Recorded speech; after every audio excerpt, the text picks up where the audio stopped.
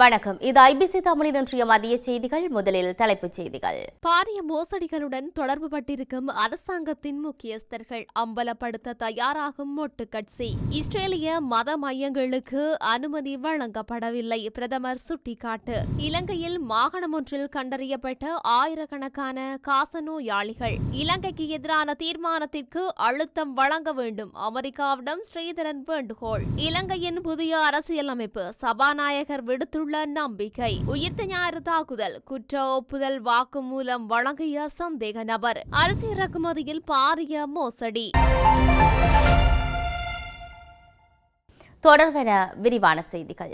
அரசாங்கத்தின் முக்கியஸ்தர்கள் பாரிய மோசடிகளுடன் தொடர்பு பட்டிருப்பதாக ஸ்ரீலங்கா பொதுஜன முன்னணியின் சிரேஷ்ட உறுப்பினரும் முன்னாள் அமைச்சருமான காமினி லோககே குற்றம் சுமத்தியுள்ளார். நேற்றைய தினம் நடைபெற்ற செய்தியாளர் சந்திப்பு ஒன்றில் அவர் இந்த விடயத்தை தெரிவித்துள்ளார்.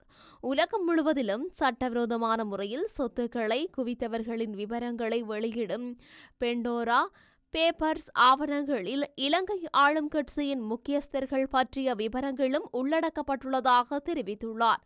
அரசாங்கத்தின் முக்கிய பதவிகளை வகிக்கும் நபர்களின் பெயர்கள் இந்த ஆவணத்தில் காணப்படுவதாக தெரிவித்துள்ளார். அரசாங்கத்தில் முக்கிய பதவிகளை வகிக்கும் நபர்களின் சொத்துக்கள் தொடர்பில் நாட்டு மக்களுக்கு தாம் அம்பலப்படுத்த உள்ளதாக காமினி லோககே தெரிவித்துள்ளார்.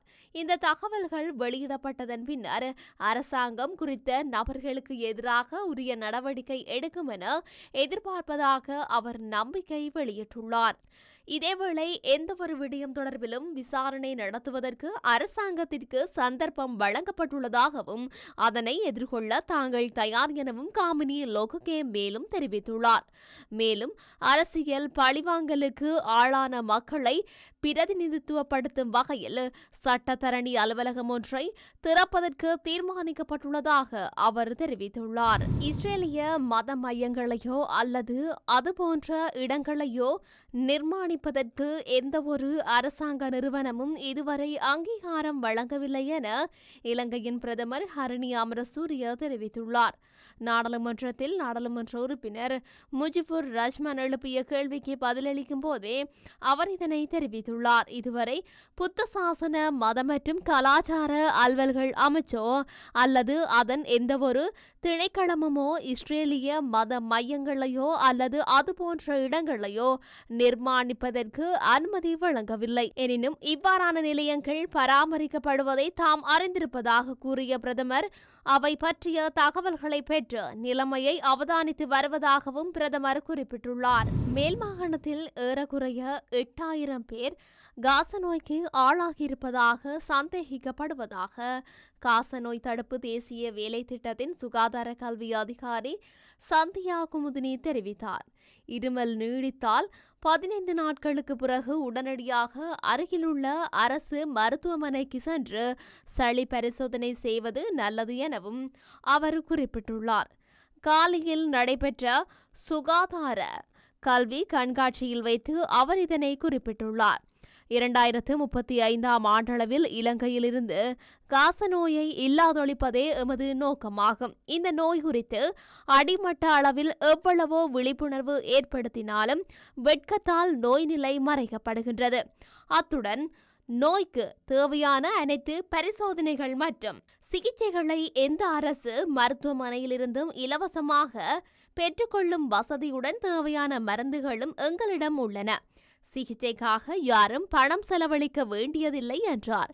2 வாரங்களுக்கு மேல் இருமல் நீடித்தால் கண்டிப்பாக அரசு மருத்துவமனையில் பரிசோதனை செய்து 6 மாதத்தில் குணமடைய வாய்ப்பு உள்ளது என அவர் மேலும் தெரிவித்தார். இலங்கை தமிழர்கள் மீது புரியப்பட்ட இனப்படுகொலைக்கு சர்வதேச போர்க்குற்ற விசாரணையை கோரும் வகையில் இலங்கைக்கு எதிரான ஜெனீவா தீர்மானத்தை நிறைவேற்ற அமெரிக்கா அழுத்தம் வழங்க வேண்டும் என்று இலங்கை தமிழரசு கட்சியின் நாடாளுமன்ற உறுப்பினர் சிவஞானம் ஸ்ரீதரன் வலியுறுத்தியுள்ளார். இலங்கைக்கான அமெரிக்க தூதுவருடனான சந்திப்பின் போதே அவர் இதனை கூறியுள்ளார். சிவஞானம் ஸ்ரீதரன் தலைமையிலான இலங்கை தமிழரசு கட்சியின் நாடாளுமன்ற குழுவினருக்கும் இலங்கைக்கான அமெரிக்க தூதுவர் ஜிலிசாங்குக்கும் இடையிலான சந்திப்பு நேற்றைய தினம் புதன்கிழமை மாலை கொழும்பில் நடைபெற்ற போதே மேற்குறித்த விடயத்தை ஸ்ரீதரன் எம்பி வலியுறுத்தினார். இந்த சந்திப்பின் போது இனப்படுகொலைக்கான பொறுப்புக்கூறல், புதிய அரசியலமைப்பு உருவாக்கத்தில் தமிழர்களுக்கான சமஷ்டி தீர்வுக்கான சாத்தியமின்மைகள் எழும்போது அது சார்ந்த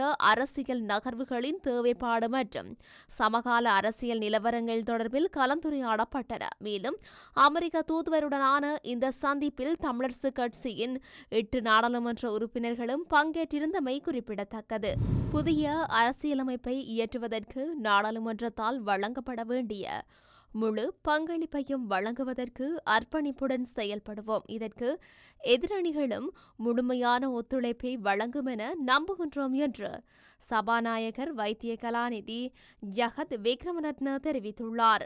இது தொடர்பில் ஊடகங்களிடம் அவர் மேலும் குறிப்பிடுகையில், நாட்டில் பலமான ஆளும் கட்சி உள்ளது. எனவே புதிய அரசியலமைப்பை இயற்றுவதற்குரிய வேலை திட்டத்தை முன்னெடுத்து அதனை நாடாளுமன்றத்தில் சமர்ப்பித்தால் சட்டவாக்க சபையில் அதனை நிறைவேற்றிக் கொள்வதற்குரிய பங்களிப்பை வழங்குவதற்கு அர்ப்பணிப்புடன் செயல்படுவோம். புதிய அரசமைப்பு அவசியம் என நாட்டு மக்களும் கருதுகின்றனர். இதற்குரிய மக்கள் ஆணையம் வழங்கப்பட்டுள்ளது. எனவே மக்களின் எதிர்பார்ப்பை நிறைவேற்றுவதற்குரிய பொறுப்பு உள்ளது. இது தொடர்பிலும் அர்ப்பணிப்புடன் செயல்படுவோம். புதிய அரசியலமைப்பை இயற்றுவதற்கு எதிர்க்கட்சிகள் முழுமையான ஒத்துழைப்பை வழங்கும் என நம்புகின்றோம் என குறிப்பிட்டுள்ளார்.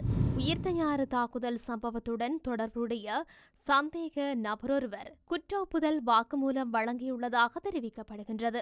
உயிர்த்த ஞாயிறு தாக்குதல் சம்பவம் தொடர்பாக கைது செய்யப்பட்டு வருடக்கணக்கில் தடுத்து வைக்கப்பட்டிருந்த முகமது நிலாப்தீன் முகமது ரிம்சான் என்பவரே கொழும்பு மேலதிக நீதவான் பெசன் அமரசேன முன்னிலையில் இவ்வாறு குற்ற ஒப்புதல் வாக்குமூலம் வழங்கியுள்ளதாக தெரிவிக்கப்படுகின்றது. இவர் கொழும்பை அண்மித்த பாதுகை பிரதேசத்தைச் சேர்ந்தவர் என்றும் தெரியவந்துள்ளது. மேற்குறித்த ரிம்சான் சிரியாவில் IS இயக்கத்தின் மூலம் ஆயுத பயிற்சி பெற்றுள்ளதாகவும் அந்த இயக்கம் பயன்படுத்தும் இரகசிய தொடர்பாடல் வழிமுறையை கையாள்வதில் பயிற்சி பெற்ற ஒருவர் என்றும் ஊடகங்கள் செய்தி வெளியிட்டுள்ளன. இந்த நிலையில் இலங்கையில் IS இயக்கத்தை கட்டியெழுப்புவதற்கு நிதி மற்றும் ஏனைய பங்களிப்புகளை வழங்கியுள்ளதாக அவர் குற்ற ஒப்புதல் வாக்குமூலம் அளித்துள்ளதாகவும் தெரிவிக்கப்படுகின்றது. அரிசி இறக்குமதியில் பாரியளவில் மோசடி இடம்பெற்றுள்ளதாக குற்றம் சுமத்தப்பட்டுள்ளது. அரிசி இறக்குமதியில் பல கோடி ரூபாய் மோசடி செய்யப்பட்டுள்ளது என முன்னாள் விவசாய அமைச்சர் மஹிந்த அமரவீர தெரிவித்துள்ளார். நாடு மற்றும் பச்சை அரிசி வகைகளை இறக்குமதி செய்யும் போர்வையில் பெருமளவில் பாஸ்மதி அரிசி இறக்குமதி செய்யப்பட்டுள்ளது என அவர் சுட்டிக்காட்டியுள்ளார்.